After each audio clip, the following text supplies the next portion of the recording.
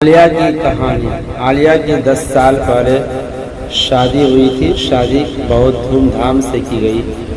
شادی کے 6 ماہ بعد ہی عالیہ ماں باپ کے گھر آ کے بیٹھ گئی۔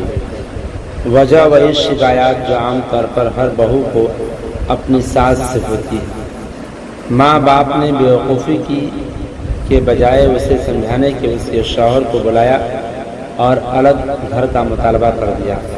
داماد نے اپنی مجبوریاں بتائیں کہ میں الگ گھر لینے کی پوزیشن میں نہیں ہوں۔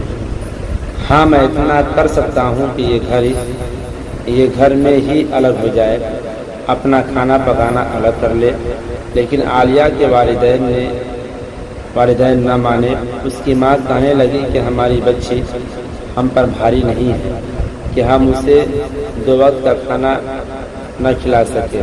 داماد نے بہت کوشش کی لیکن اس کے ماں باپ نے اسے بھیجنے سے انکار کر دیا۔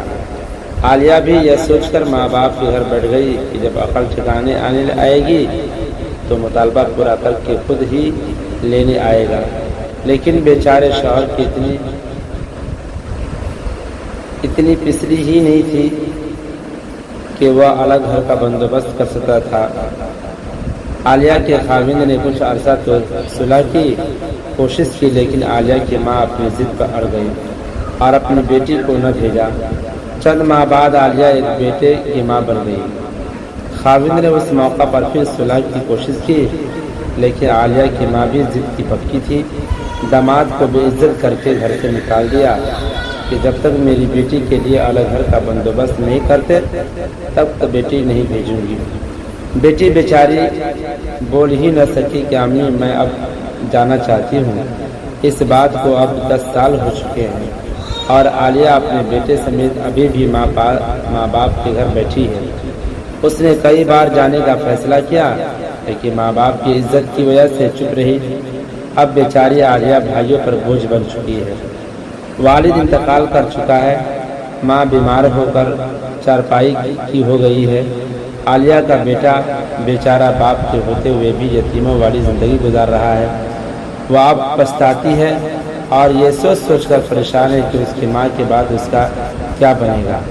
ماں یہ نہیں سوچ رہی، بس اپنی ہی بات پر اڑی ہوئی ہے۔ لوگ سمجھا کر تھک گئے ہیں پر کسی کی بات بھی اس کی سمجھ میں نہیں آئی۔ میں سوچتی ہوں کہ کچھ والدین کتنے بیوقوف ہوتے ہیں، جذبات میں آ کر غلط فیصلے کر کے اپنی بیٹی کی زندگی تباہ کر دیتے ہیں۔ بیچاری ساری عمر بھائیوں کے تانوں کا نشانہ بھابھیوں کے تانوں کا نشانہ بنتی ہے، ذلیل و خوار ہوتی ہے۔